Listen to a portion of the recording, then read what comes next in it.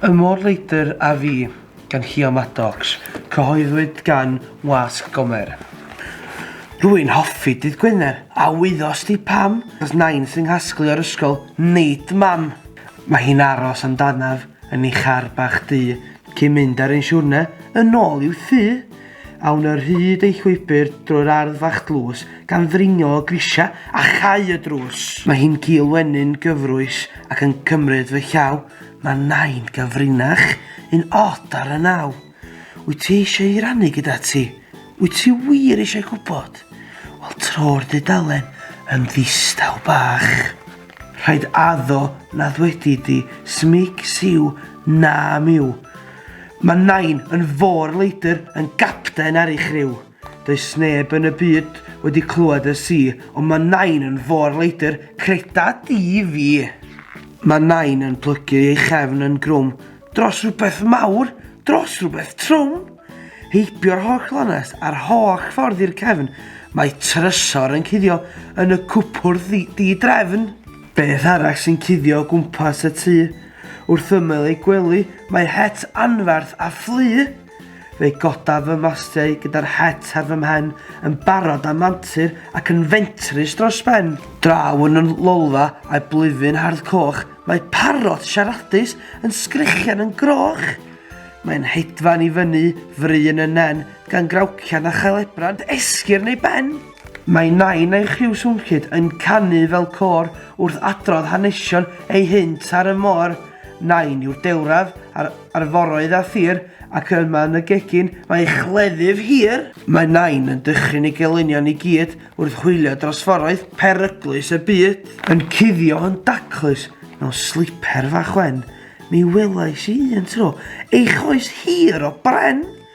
Wrth iddi gerdded ar hyd y dec, tarannau ei choes, clec, clec, clec. Yn hongian o'r nenfwd wedi tynnu yn dyn, fel bochor i'r ffenest mae hwyliau gwyn. Clyw hwyliau llydan yn chwifio yn y gwynt wrth i nain y Môr Leidr groesi'r hi ar ei hynt.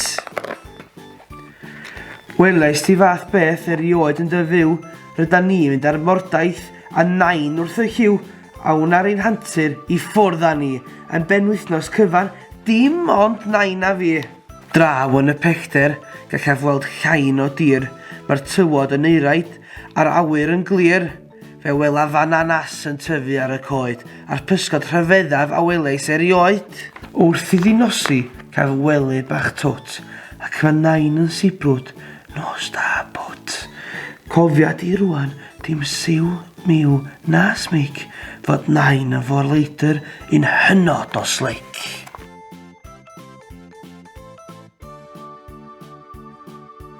Hwnna'n efo wneud yr parots.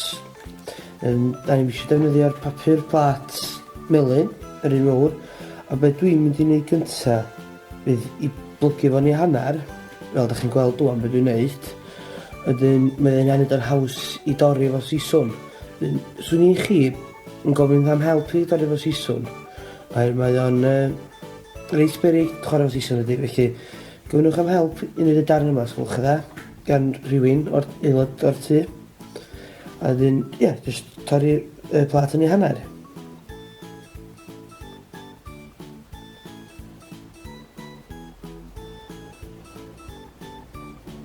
Na ni wedi gorffan efo'r plat yn ei hanner. Wan, da ni angen roed o mewn ffordd sbesial wan, fel da chi'n gallu gweld i wneud o'n edrych eich parot chydig bach. A dyn, ar ôl hynna, da ni'n rhoi llinell llawr efo beiro.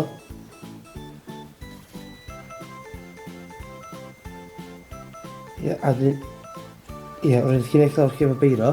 A dyn, digonedd o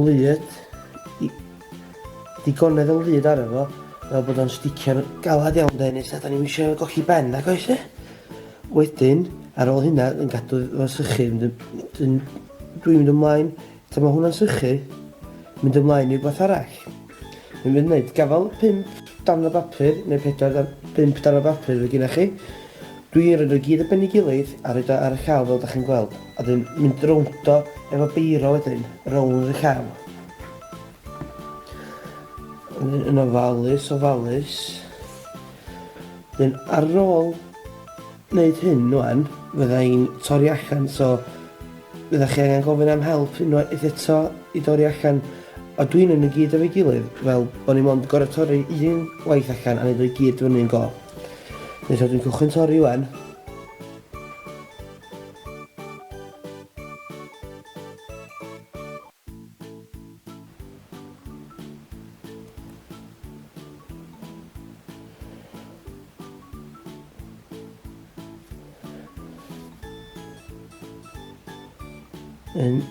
Fel dan ni'n gwneud, cofiwch clirio fyny fel dan ni'n mynd ymlaen, ynddo? Neu roed un ochr i chi roed yn y bynel gylchu, y papur sy'n sbar.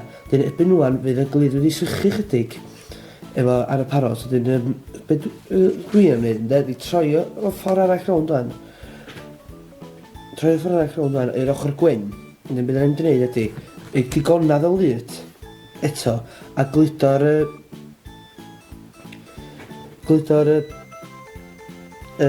dwylo yma, da ni wedi torri allan mewn lliwgar ar cefn yr parot, fel da chi'n gweld ar y camera ar y llun rwan. Fydd hynna yn edrych yn really cool tan ma wedi sychu a beth ydyn. Da ni'n gwneud hynna, gludo digonedd o lyd fel da chi'n weld. Mae hwnna wedi thigio tan da ni yn y cefn hefyd. Gafwch y beth string i chi'r Rydyn roed o'n hanner, a roed digonedd o lyd eto. Lle da chi eisiau roed gwylod y parot, sgyn ei ochr arall i'r pen, a ni lido fa yn sownd. Dyn, ar ôl i lido yn sownd, mae'n fod i ddangos. Neu os da chi fatha fi fanna, roed dim digon o lyd, mae'n disgyn ffwrdd. Lle da chi digonedd o lyd. Arna fo, wedyn, ar ôl hynna, droi yn ôl ffordd rawn. Mae'n dod ydyn, dydy, da chi'n gweld lliwgar ac lliwgar dio, y parot. Wedyn, ar ôl hynna, torri yn ei hanner fel bod ni'n gwybod lle da ni angen gludo. Achos y pig di dan o'r milyn. Dwi'n gludo'r hanner sydd ochr y papurau i gyd, fel ydych chi'n gweld fi'n neud. Gludo fe digonedd o lyd, ynddo? A wedyn da ni'n di licho, roed plu ar efo.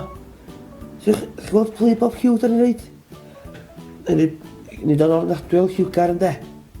A wedyn, ar ôl ni orffan efo'r plu, da ni'n mynd i roed llygad bach iddo fo. A dyna ni, y parot wedi wneud. Be ydych chi'n mynd i enwyn chi? Dyna fi enw special i'm parot i. Sef Polly, lle, na ni,